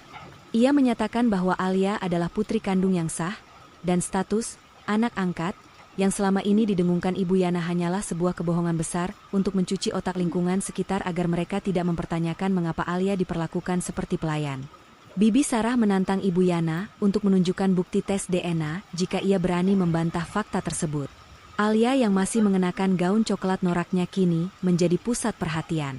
Ia melangkah perlahan menuju area panggung, melewati barisan tamu yang kini membuka jalan untuknya dengan rasa hormat yang mendadak muncul. Alia tidak merasa sombong, hatinya justru terasa pedih melihat bagaimana kebenaran harus diungkapkan dengan cara yang begitu memalukan bagi keluarga tiri yang selama ini ia coba layani dengan tulus. Ia menatap Ibu Yana yang kini tampak seperti harimau yang terpojok, kehilangan semua taring dan cakarnya di depan publik yang selama ini ia puja. Davin kemudian menunjukkan bukti-bukti transfer gelap yang dilakukan Ibu Yana selama 5 tahun terakhir. Ternyata, biaya kuliah mewah Siska di luar negeri, koleksi tas bermerek Ibu Yana, bahkan biaya pesta malam ini, semuanya diambil dari tabungan pendidikan Alia yang seharusnya tidak boleh disentuh hingga Alia lulus kuliah. Ibu Yana terduduk lemas di kursi panggung. Ia tidak lagi memiliki kata-kata untuk membela diri. Semua bukti yang disodorkan Davin begitu akurat dan sulit dibantah, karena melibatkan data perbankan resmi yang selama ini dikira Ibu Yana sudah ia hapus jejaknya. Siska yang tidak tahan dengan tatapan menghina dari teman-temannya mulai menangis histeris. Ia menyalahkan ibunya karena tidak becus menyimpan rahasia ini. Siska merasa dunianya runtuh seketika. Ia membayangkan bagaimana besok ia tidak akan lagi bisa pamer kemewahan di kampus atau membeli barang-barang mahal tanpa melihat label harga. Namun, tidak ada satupun orang yang bersimpati pada tangisan Siska. Para tamu justru lebih tertarik pada Alia yang kini berdiri di samping Bibi Sarah, dengan ketenangan seorang putri sejati yang telah lama tertindas. Ibu Yana tiba-tiba berdiri lagi dan mencoba menyerang Alia secara verbal. Ia memaki Alia sebagai anak pembawa sial yang menghancurkan hidupnya. Ia menuduh Alia bekerja sama dengan Bibi Sarah untuk merampas apa yang menurutnya sudah menjadi haknya, karena telah bersedia menikahi ayah Alia yang sakit-sakitan. Namun, serangan itu justru mempermalukan dirinya sendiri. Para tamu melihat betapa jahat dan kasarnya perangai asli Ibu Yana, yang selama ini tertutup oleh topeng kesantunan. Beberapa ibu-ibu sosialita yang tadinya akrab dengan Ibu Yana mulai menjauh, seolah tidak ingin tertular aib yang sedang terpampang nyata. Bibi Sarah kemudian memanggil salah satu asisten rumah tangga senior yang selama ini diam karena takut pada Ibu Yana. Asisten tersebut memberikan kesaksian di depan semua orang tentang bagaimana Alia sering tidak diberi makan, dipaksa tidur di kamar yang tidak layak, dan harus mengerjakan semua pekerjaan berat sendirian sementara Ibu Yana dan Siska bersenang-senang. Cerita itu membuat para tamu merasa ngeri dan jijik pada Ibu Yana. Suasana pesta yang mewah kini terasa sangat kotor, karena terungkapnya praktik perbudakan modern di dalam rumah tersebut. Alia akhirnya angkat bicara. Suaranya lembut namun bergetar karena emosi yang meluap. Ia berkata bahwa ia tidak pernah menginginkan harta itu jika harus dibayar dengan kebencian. Namun, ia tidak bisa lagi membiarkan warisan ibunya dan jerih payah ayahnya dihambur-hamburkan oleh orang-orang yang bahkan tidak menghargai keberadaannya sebagai manusia. Alia menatap Ibu Yana dan menyatakan bahwa mulai saat ini, segala akses Ibu Yana terhadap rekening perusahaan dan rumah ini telah resmi diblokir. Pernyataan itu seperti vonis mati bagi gaya hidup glamor Ibu Yana. Ibu Yana mencoba memohon pada Bibi Sarah agar diberikan kesempatan kedua, namun Bibi Sarah hanya memalingkan wajah. Bibi Sarah berkata bahwa hukum akan tetap berjalan dan audit menyeluruh terhadap perusahaan akan segera dilakukan mulai besok pagi. Ia juga memperingatkan Ibu Yana bahwa jika ada satupun aset yang sengaja dihilangkan, maka jalur pidana akan segera diambil. Ibu Yana jatuh pingsan di atas panggung karena tidak kuat menanggung beban rasa malu dan bayang-bayang kemiskinan yang kini menghantuinya. Siska hanya bisa memeluk ibunya sambil terus mengutuk nasibnya sendiri. Para tamu mulai meninggalkan pesta satu persatu dengan perasaan yang tidak karuan. Pesta yang seharusnya menjadi ajang unjuk kekuatan bagi Ibu Yana justru berakhir menjadi bencana besar. Di tengah kekacauan itu, Alia berdiri di tengah taman yang kini mulai sepi, menatap lampu-lampu kristal yang satu persatu mulai dipadamkan oleh para pekerja catering. Ia merasa beban berat yang selama bertahun-tahun menghimpit pundaknya kini telah terangkat. Ia tidak lagi peduli disebut norak atau kampungan, karena kini semua orang tahu siapa yang sebenarnya memiliki martabat di rumah itu. Davin mendekati Alia dan menyerahkan kembali ponsel milik Alia yang tadi dirampas Ibu Yana. Ia memberikan jaminan bahwa mulai malam ini, tidak akan ada lagi orang yang berani menyentuh atau menghina Alia. Alia mengucapkan terima kasih kepada Davin dan Bibi Sarah dengan tulus. Ia menyadari bahwa perjalanan menuju keadilan memang panjang dan menyakitkan. Namun hasilnya selalu memberikan kelegaan yang luar biasa. Alia melihat ke arah langit malam, merasa bahwa ayah dan ibunya sedang tersenyum bangga melihat keberaniannya malam ini. Malam itu, rumah mewah tersebut terasa sangat sunyi setelah semua tamu pergi. Ibu Yana dan Siska dikurung di dalam kamar tamu oleh Bibi Sarah untuk memastikan mereka tidak melarikan diri atau membawa barang-barang berharga milik keluarga Alia sebelum pemeriksaan besok. Alia duduk di ruang makan yang tadi sore menjadi saksi bisu penghinaannya. Ia menatap meja kayu jati yang kini bersih, menyadari bahwa hidupnya baru saja dimulai. Ia bukan lagi pelayan di rumahnya sendiri, melainkan nyonya rumah yang sesungguhnya yang siap menata kembali masa depannya yang sempat dicuri. Bibi Sarah duduk di samping Alia dan memberikan sebuah kotak perhiasan milik almarhumah Ibu Alia yang selama ini ia simpan. Bibi Sarah berkata bahwa inilah saatnya Alia bersinar dengan jati dirinya yang asli. Alia membuka kotak itu dan menemukan sebuah bros berlian berbentuk mawar yang sangat indah. Ia menyadari bahwa kemewahan sejati bukanlah tentang pamer di depan orang lain, melainkan tentang bagaimana menjaga amanah dan kehormatan keluarga. Babak kelam dalam hidup Alia telah berakhir, dan fajar baru mulai menyingsing di cakrawala hidupnya. Sinar matahari pagi yang masuk melalui jendela besar di ruang tengah terasa berbeda bagi Alia. Tidak ada lagi suara teriakan melengking Ibu Yana yang menyuruhnya mencuci piring kotor bekas pesta, juga tidak ada sindiran pedas Siska yang mengeluhkan aroma kopinya. Keheningan yang menyelimuti rumah mewah itu justru terasa mencekam bagi penghuni lainnya. Namun bagi Alia, ini adalah awal dari napas yang lebih lega. Di atas meja makan yang luas, Bibi Sarah duduk bersama Davin, menumpuk belasan map berisi laporan keuangan perusahaan yang selama ini disembunyikan oleh Ibu Yana di sebuah brankas rahasia di bawah lantai ruang kerja almarhum ayahnya.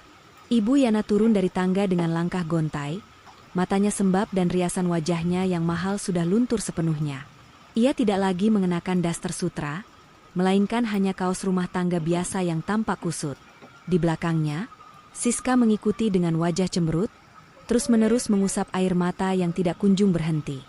Begitu melihat Alia duduk di kursi utama meja makan, kursi yang dulu hanya boleh diduduki oleh ayah Alia atau Ibu Yana, Siska nyaris berteriak protes. Namun tatapan dingin dari Davin seketika membungkam mulutnya. Davin tidak membuang waktu. Ia membuka sebuah laptop dan menampilkan grafik kerugian perusahaan yang disebabkan oleh gaya hidup foya-foya Ibu Yana. Davin menjelaskan dengan nada datar namun menusuk bahwa selama 3 tahun terakhir, Ibu Yana telah menggadaikan beberapa sertifikat tanah milik ibu kandung Alia untuk menutupi hutang kartu kreditnya yang membengkak karena belanja barang-barang mewah di luar negeri. Mendengar hal itu, Alia memejamkan mata, merasakan kepedihan yang mendalam karena harta peninggalan ibunya dikelola oleh tangan yang begitu serakah. Ibu Yana mencoba membela diri dengan suara serak, mengatakan bahwa ia melakukan itu semua demi menjaga nama baik keluarga agar tetap terlihat terpandang di mata kolega. Namun, Bibi Sarah langsung memotong pembicaraan itu dengan meletakkan selembar surat pernyataan dari Ban. Bibi Sarah mengungkap bahwa sebagian besar uang yang diambil justru dialirkan ke rekening pribadi Siska untuk membiayai gaya hidup glamor di kalangan sosialita muda. Siska tersentak, ia mencoba mengelak dan menuduh Alia telah memfitnahnya.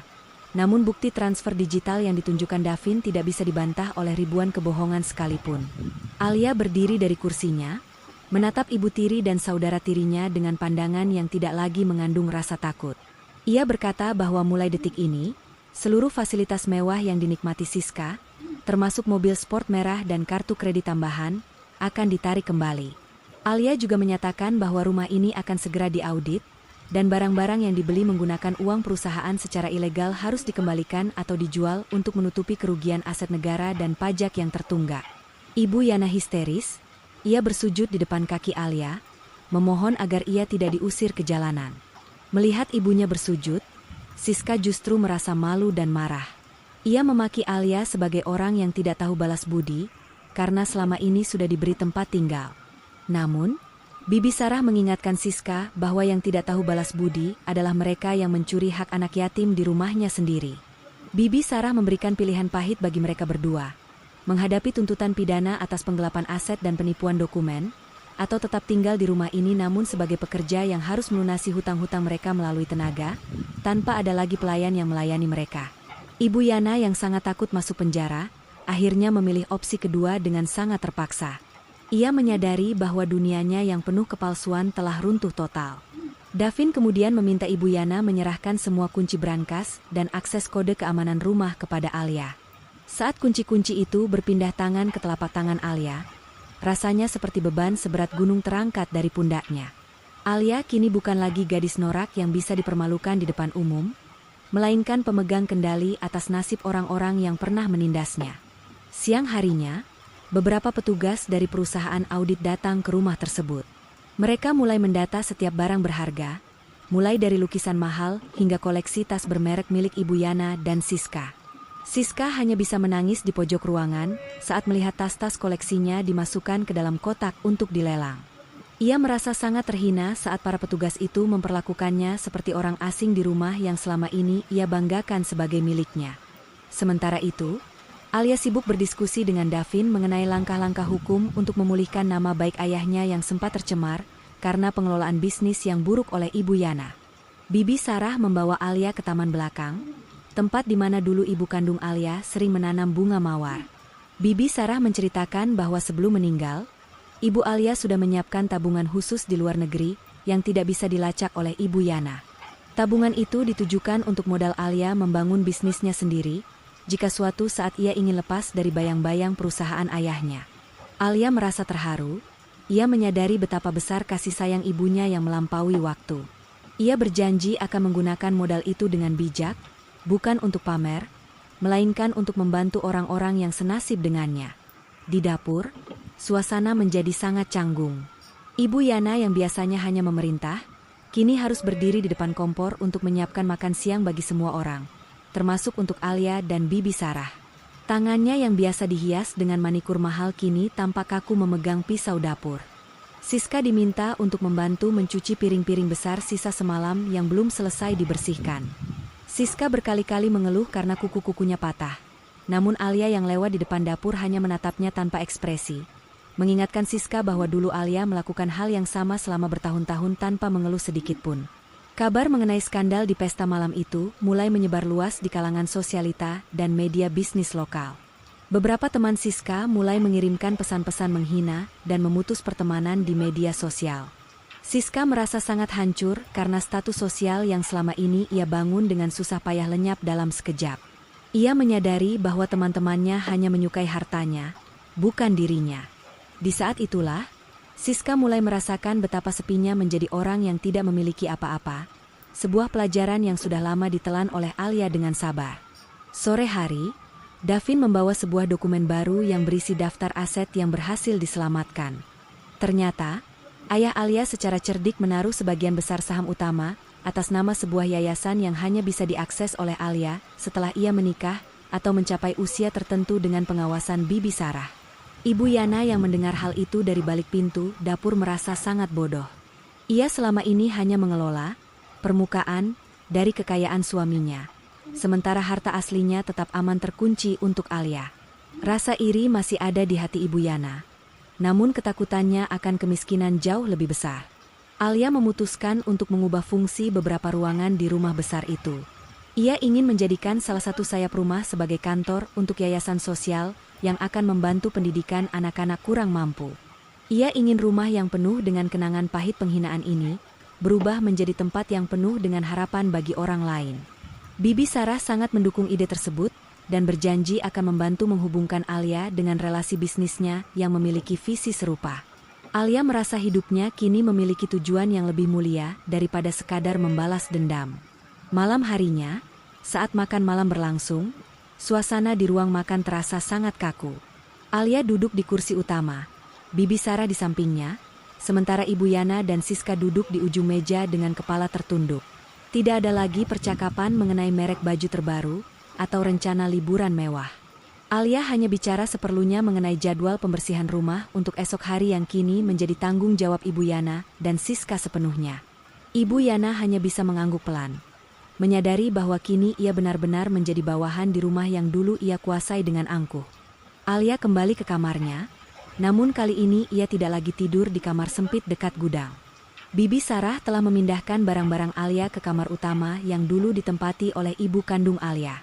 Saat merebahkan tubuhnya di kasur yang empuk, Alia menatap langit-langit kamar dan tersenyum tipis. Ia teringat kata-kata Ibu Yana yang menyebutnya norak dan tidak pantas berada di kalangan atas. Kini, fakta telah membuktikan bahwa keanggunan sejati tidak terletak pada gaun yang mahal, melainkan pada keteguhan hati dalam menghadapi badai kehidupan. Alia memejamkan mata, siap menyambut hari esok dengan kekuatan baru sebagai pemilik sah dari takdirnya sendiri. Perubahan atmosfer di dalam rumah besar itu kini terasa sangat nyata dan menyesakan bagi siapapun yang terbiasa hidup dalam kepalsuan. Pagi ini, tidak ada lagi aroma parfum mahal yang semerbak di lorong menuju ruang makan, melainkan bau pembersih lantai yang tajam. Ibu Yana, dengan rambut yang hanya diikat seadanya dan tanpa riasan wajah sedikit pun, terlihat sedang berlutut di atas lantai marmer ruang tamu. Tangannya yang dulu hanya digunakan untuk menunjuk dan menghina, kini harus memegang sikat dan menggosok sela-sela lantai yang luasnya hampir menyamai lapangan bulu tangkis. Sesekali ia mengusap keringat di dahinya dengan lengan baju yang mulai basah. Matanya menatap nanar ke arah tangga besar tempat Alia biasanya turun untuk menerima perintah darinya. Alia turun dari lantai 2 dengan langkah yang tenang, mengenakan pakaian kerja yang rapi namun tetap sederhana. Ia tidak lagi membawa nampan atau serbet, melainkan sebuah tablet yang berisi daftar inventaris rumah yang sedang diaudit oleh tim Davin. Alia berhenti sejenak, memperhatikan Ibu Yana yang tampak sangat kesulitan menggosok sudut ruangan. Tidak ada rasa dendam yang meledak-ledak di wajah Alia, yang ada hanyalah tatapan datar yang justru jauh lebih menyakitkan bagi Ibu Yana daripada sebuah makian. Ibu Yana menunduk dalam-dalam, menghindari kontak mata dengan putri tiri yang selama ini ia sebut sebagai anak angkat yang norak. Di area dapur, Suara denting piring yang beradu terdengar sangat gaduh. Siska sedang bergelut dengan tumpukan peralatan masak yang berminyak. Wajahnya merah padam karena marah dan lelah. Siska baru saja menyadari bahwa mencuci piring untuk satu keluarga besar tanpa bantuan mesin cuci piring adalah pekerjaan yang sangat menguras tenaga. Ia beberapa kali menjatuhkan sabun karena licin, dan setiap kali itu terjadi, ia ingin sekali berteriak histeris. Namun, ia tahu bahwa Bibi Sarah sedang duduk di meja makan kecil di sudut dapur sambil membaca koran bisnis, mengawasi setiap gerak-geriknya dengan teliti. Siska merasa seperti sedang berada di dalam penjara tanpa teruji jeruji besi. Bibi Sarah melipat korannya dan menatap Siska dengan tajam. Ia mengingatkan Siska bahwa jika ada satu saja piring yang retak atau tidak bersih, maka jatah makan siang Siska akan dipotong sebagai ganti rugi. Siska hanya bisa menggigit bibir bawahnya, menahan air mata yang hampir tumpah. Ia teringat bagaimana dulu ia sering sengaja mengotori lantai tepat setelah Alia selesai mengepelnya. Kini, ia merasakan sendiri betapa sakitnya ketika jerih payahnya tidak dihargai. Siska mulai menyadari bahwa kecantikan yang selama ini ia banggakan tidak bisa membantunya menyelesaikan pekerjaan rumah tangga yang menumpuk. Alia kemudian memanggil Ibu Yana dan Siska untuk berkumpul di ruang tengah. Ia ingin membicarakan tentang proses lelang barang-barang mewah yang telah disita oleh tim audit. Davin berdiri di samping Alia, membawa dokumen daftar barang yang akan segera diangkut keluar rumah hari itu juga. Ibu Yana tersentak saat melihat namanya tercantum di daftar pemilik tas-tas kulit buaya dan perhiasan berlian yang akan dilelang. Ia mencoba memohon kepada Alia agar setidaknya satu set kalung peninggalan suaminya disisakan untuknya. Namun, Davin dengan tegas menjelaskan bahwa kalung itu dibeli menggunakan dana pendidikan Alia yang digelapkan, sehingga secara hukum, Ibu Yana tidak memiliki hak seujung kuku pun atas barang tersebut. Siska meledak dalam tangis saat melihat petugas mulai mengangkut lemari sepatunya yang berisi ratusan pasang sepatu bermerek. Ia mencoba menghalangi petugas itu, namun Bibi Sarah segera berdiri dan memperingatkan Siska bahwa tindakannya bisa dianggap menghalangi proses hukum. Siska terduduk lemas di lantai, melihat satu persatu simbol kemewahannya dibawa pergi menuju truk pengangkut. Di saat itulah, Siska benar-benar merasakan apa yang dirasakan Alia selama bertahun-tahun. Perasaan kehilangan harga diri dan tidak memiliki kuasa atas apapun di rumah tersebut. Alia kemudian mengajak Bibi Sarah dan Davin ke ruang kerja almarhum ayahnya yang kini sudah dibersihkan dari aura negatif Ibu Yana. Mereka mulai menyusun rencana untuk mengembalikan reputasi perusahaan yang sempat goyah. Alia mengusulkan untuk mengganti nama beberapa divisi perusahaan menggunakan nama ibu kandungnya, sebagai bentuk penghormatan atas modal awal yang sebenarnya berasal dari sana. Davin sangat terkesan dengan ketajaman bisnis Alia yang ternyata selama ini terpendam di balik sifat diamnya. Alia membuktikan bahwa meski ia sering dihina norak, ia memiliki otak yang jauh lebih cemerlang daripada Siska yang hanya tahu cara menghabiskan uang. Sore harinya, sebuah kejutan datang ke rumah tersebut. Beberapa perwakilan dari Yayasan Yatim Piatu yang selama ini diam-diam dibantu oleh Alia menggunakan uang sakunya yang pas-pasan, datang untuk mengucapkan terima kasih. Mereka baru mengetahui bahwa donatur setia mereka adalah putri dari pemilik perusahaan besar ini.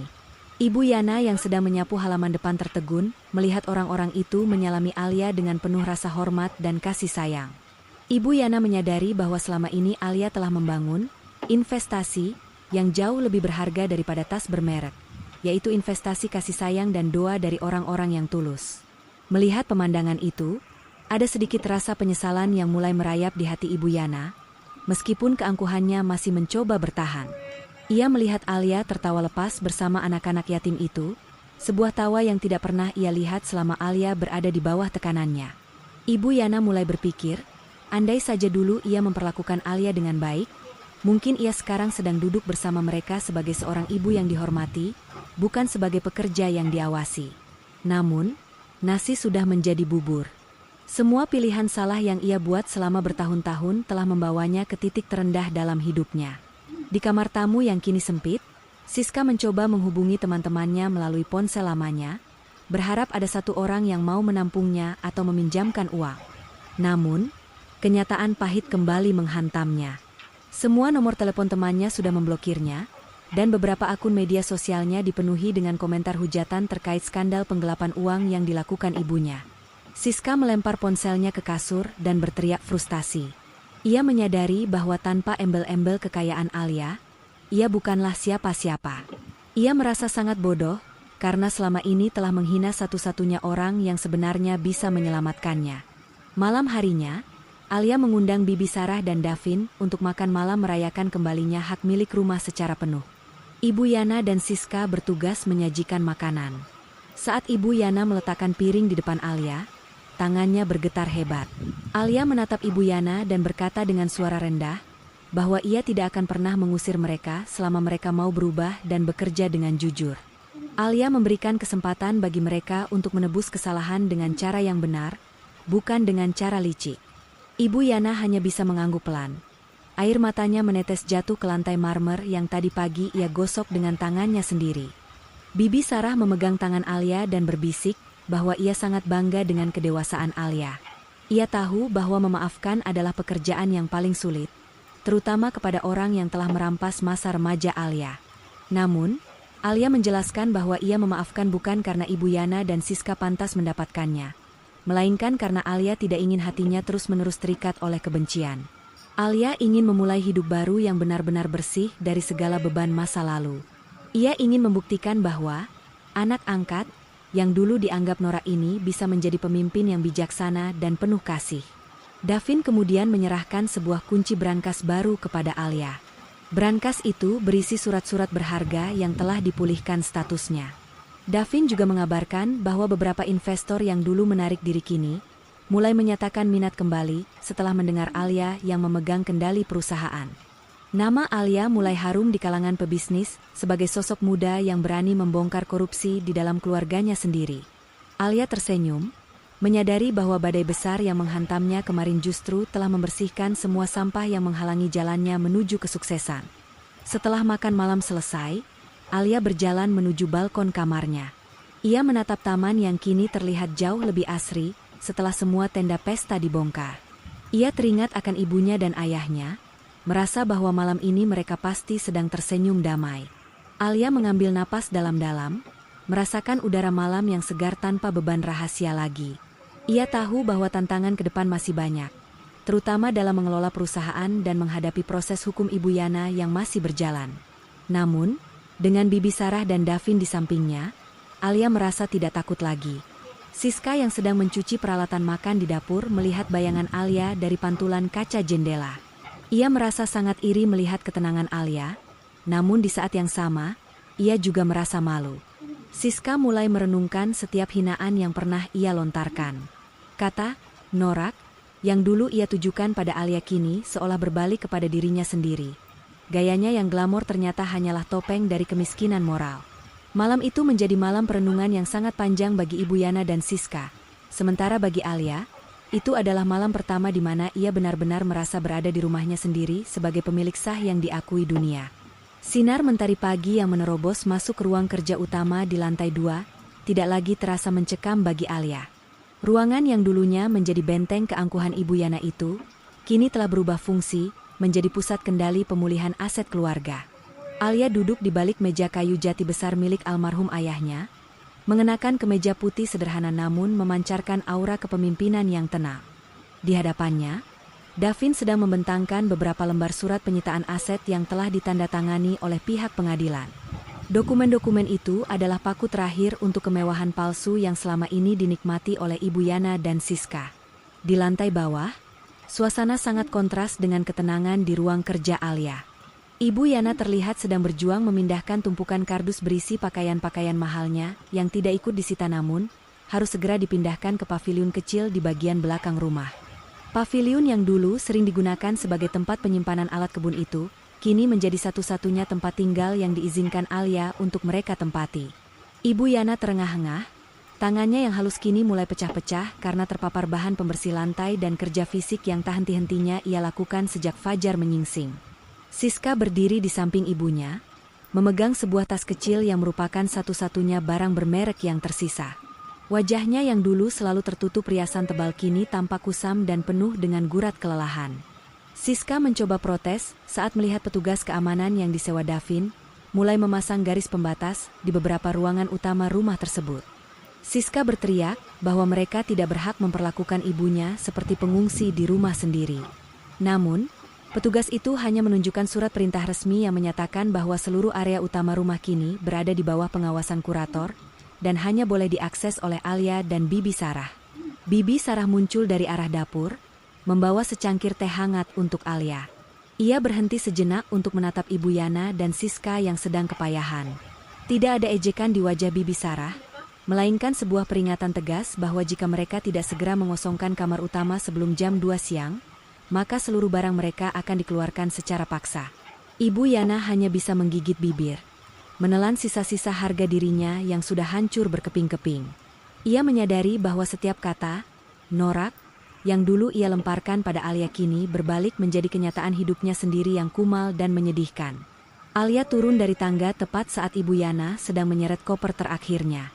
Alia berhenti di anak tangga terakhir, menatap ibu tirinya dengan pandangan yang dalam.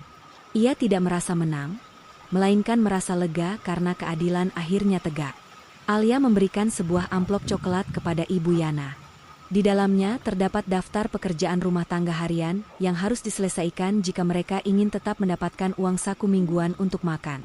Tidak ada lagi pelayan, tidak ada lagi catering mewah. Ibu Yana harus memasak, mencuci, dan membersihkan seluruh area paviliun, serta membantu merawat taman depan dengan tangannya sendiri. Siska mencoba merebut amplop itu dan merobeknya, namun Ibu Yana segera menahan tangan anaknya. Ibu Yana sadar bahwa mereka tidak punya tempat tujuan lain. Teman-teman sosialitanya sudah menutup pintu rapat-rapat, dan keluarga besarnya sendiri merasa malu dengan skandal penggelapan dana yang dilakukan Ibu Yana. Dengan suara gemetar, Ibu Yana mengucapkan terima kasih kepada Alia, karena masih memberikan mereka tempat bernaung. Pemandangan itu membuat Davin yang berdiri di balkon atas merasa bahwa Alia memiliki hati yang terlalu baik. Namun ia juga tahu bahwa membiarkan mereka tetap di sana adalah cara Alia untuk menunjukkan bahwa kebenaran selalu memiliki cara untuk mendidik pelakunya. Siang itu, beberapa truk besar datang untuk mengangkut furnitur tambahan yang dibeli menggunakan uang perusahaan secara ilegal. Rumah besar itu mulai terasa kosong.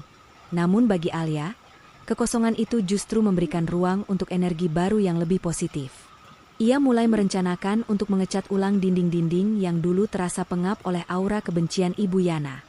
Alia ingin rumah ini kembali seperti saat ibunya masih hidup, penuh dengan kehangatan dan kejujuran.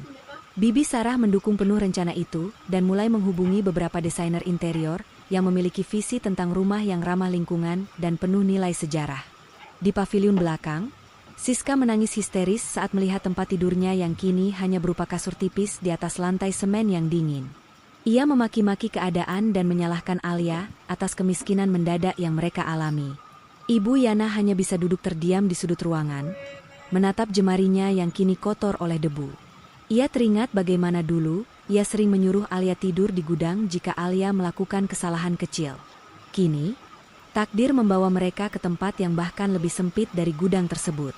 Rasa penyesalan mulai membakar hati Ibu Yana, menyadari bahwa semua harta yang ia kejar dengan cara licik hanyalah titipan yang bisa diambil kapan saja oleh sang pemilik sah.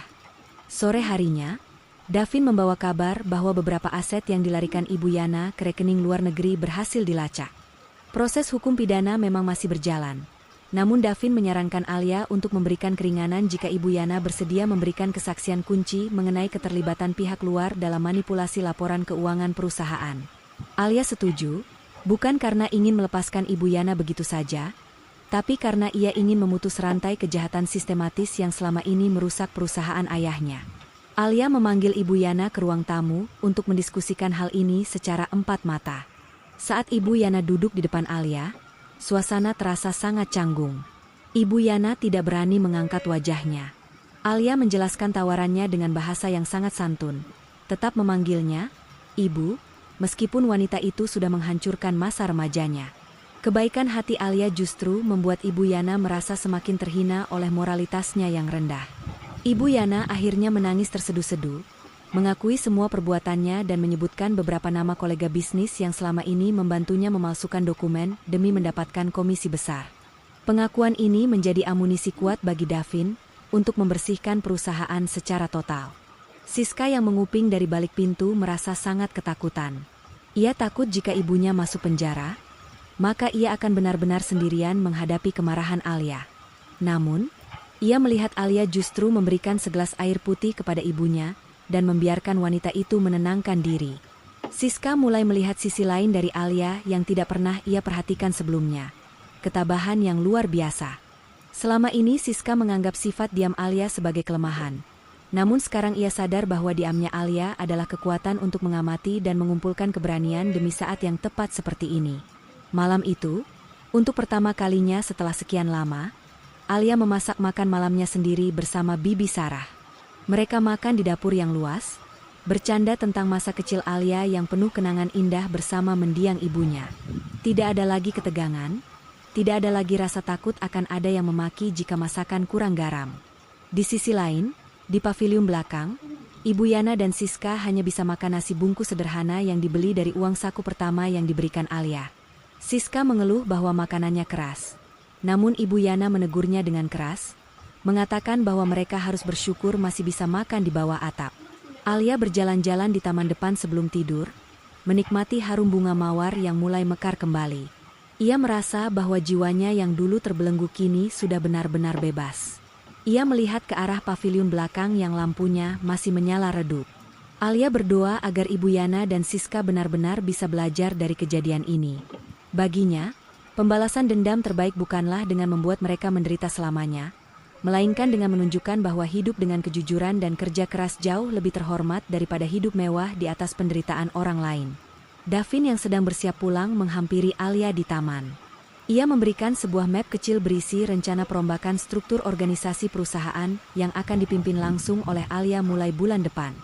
Alia menerima map itu dengan senyum optimis. Ia menyadari bahwa tanggung jawab besar kini ada di pundaknya. Ia bukan lagi gadis kecil yang bisa dianggap norak oleh siapapun, melainkan seorang direktur muda yang akan membawa warisan ayahnya ke tingkat yang lebih tinggi. Davin menatap Alia dengan kagum, menyadari bahwa gadis yang dulu dihina sebagai anak angkat ini memiliki integritas yang jauh melampaui usianya.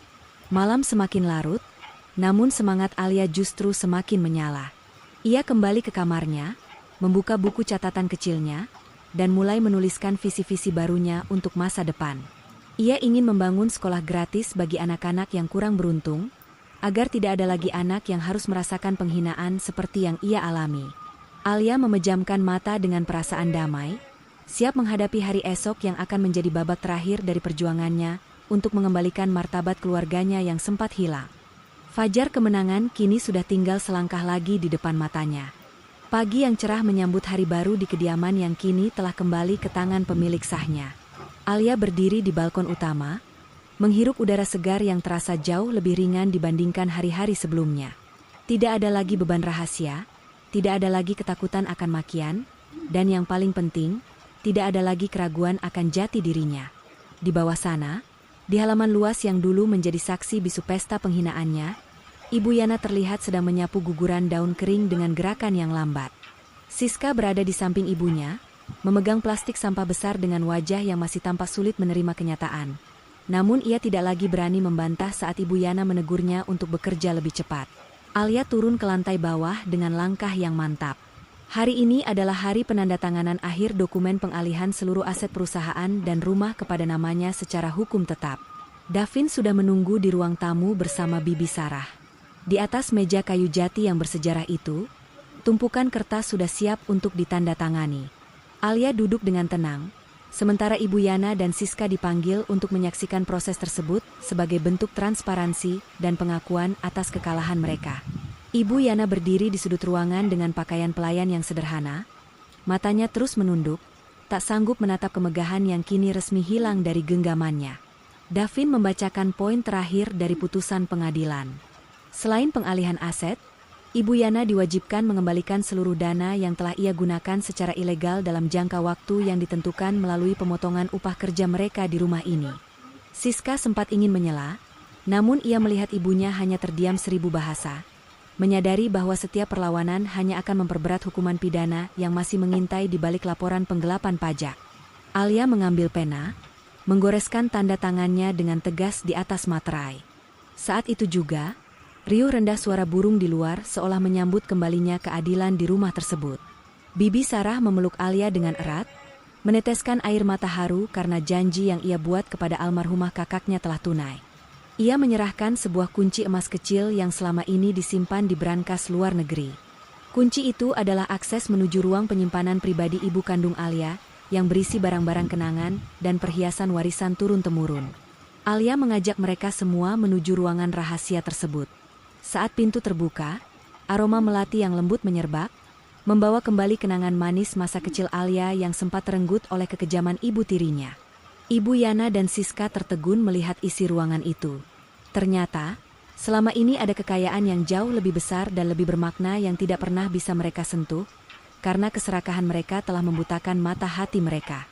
Di sana tersimpan foto-foto pernikahan ayah dan ibu kandung Alia, serta surat wasiat yang ditulis dengan penuh cinta. Alia mengambil sebuah kalung mutiara yang sangat indah, lalu menoleh ke arah ibu Yana. Dengan kebesaran hati yang luar biasa, Alia mengatakan bahwa ia memaafkan semua perbuatan ibu Yana, bukan karena ia melupakan rasa sakitnya, melainkan karena ia ingin memulai hidup baru tanpa noda kebencian. Siska menangis sesenggukan di pintu ruangan itu. Ia menyadari bahwa gaya hidup norak yang selama ini ia tuduhkan kepada Alia sebenarnya adalah kesederhanaan seorang putri sejati. Siska merasa sangat kerdil dengan segala kesombongan yang pernah ia tunjukkan. Ia memberanikan diri mendekati Alia dan meminta maaf secara tulus untuk pertama kalinya. Alia hanya mengangguk pelan, memberikan isyarat bahwa masa lalu biarlah berlalu. Namun masa depan harus dibangun dengan kerja keras dan kejujuran di paviliun belakang. Sore harinya, Alia mengadakan syukuran kecil-kecilan. Ia mengundang para asisten rumah tangga dan beberapa tetangga lama yang dulu sempat dijauhkan oleh Ibu Yana. Suasana hangat menyelimuti rumah itu. Alia menyajikan makanan yang ia masak sendiri dibantu oleh Bibi Sarah. Ibu Yana dan Siska bertugas melayani para tamu, namun kali ini mereka melakukannya dengan kepala tertunduk, belajar tentang arti melayani dengan kerendahan hati. Para tamu berbisik kagum melihat perubahan drastis di rumah tersebut, memuji ketegasan sekaligus kelembutan hati Alia sebagai nyonya rumah yang baru. Davin menghampiri Alia di sela-sela acara, memberikan sebuah map berisi profil yayasan pendidikan yang baru saja didaftarkan atas nama Alia. Yayasan itu akan membiayai anak-anak yatim piatu yang berprestasi agar mereka tidak perlu mengalami diskriminasi, seperti yang dialami Alia. Alia tersenyum lebar, merasa bahwa inilah kemenangan yang sesungguhnya. Harta yang ia miliki kini memiliki tujuan yang lebih besar daripada sekadar pamer kemewahan. Ia ingin namanya dikenal bukan karena kekayaannya, melainkan karena dampak positif yang ia berikan bagi dunia. Malam harinya, setelah semua tamu pulang, Alia duduk bersama Bibi Sarah di taman. Mereka menatap bintang-bintang yang bertaburan di langit. Alia merasa ayahnya sedang tersenyum bangga dari sana. Perusahaan kini mulai stabil di bawah manajemen baru yang transparan, dan para investor kembali menanamkan modalnya karena kepercayaan pada integritas Alia. Ibu Yana dan Siska sudah kembali ke paviliun mereka, mulai membiasakan diri dengan kehidupan yang jauh dari kemewahan namun lebih tenang, karena tidak ada lagi kebohongan yang harus dijaga. Alia menyadari bahwa setiap hinaan yang ia terima dulu adalah proses pembentukan mental yang menjadikannya wanita kuat seperti sekarang. Ia tidak lagi peduli jika ada orang yang menyebutnya norak, karena ia tahu bahwa nilai seseorang tidak ditentukan oleh merek pakaian yang ia kenakan, melainkan oleh ketulusan niat dan kejujuran tindakan. Rumah mewah itu kini bukan lagi penjara bagi Alia, melainkan istana penuh kasih yang pintunya selalu terbuka bagi siapa saja yang membutuhkan pertolongan. Babak akhir dari drama kehidupan Alia ditutup dengan pemandangan ia sedang membaca buku di perpustakaan pribadi ayahnya, ditemani cahaya lampu yang hangat. Di luar, fajar mulai menyingsing, menandakan dimulainya lembaran baru yang penuh harapan. Ibu Yana dan Siska sudah bangun lebih awal untuk menyiapkan sarapan. Sebuah rutinitas baru yang perlahan mulai menyembuhkan jiwa mereka dari keserakahan masa lalu. Kehidupan terus berjalan, dan Alia berdiri tegak sebagai simbol bahwa kebenaran mungkin bisa tertunda oleh kejahatan. Namun ia tidak akan pernah bisa dikalahkan selamanya. Alia menutup buku hariannya, menuliskan kalimat terakhir yang akan selalu ia ingat. Harta bisa dicuri, jabatan bisa dirampas, namun karakter dan kejujuran adalah milik mutlak yang akan membawamu kembali ke tahta yang seharusnya. Ia memadamkan lampu, membiarkan cahaya matahari pagi menyinari seluruh sudut ruangan, mengusir setiap sisa kegelapan yang pernah ada di rumah itu. Alia kini benar-benar bebas, benar-benar berkuasa, dan benar-benar dicintai oleh orang-orang di sekelilingnya. Pesan moral: Kejujuran dan kesabaran adalah harta yang paling berharga. Jangan pernah merendahkan orang lain berdasarkan penampilan atau status sosial, karena roda kehidupan selalu berputar. Kemenangan sejati bukan terletak pada pembalasan dendam yang kejam, melainkan pada kemampuan untuk menegakkan keadilan dengan tetap menjaga kemuliaan hati dan memberikan kesempatan bagi orang lain untuk bertobat.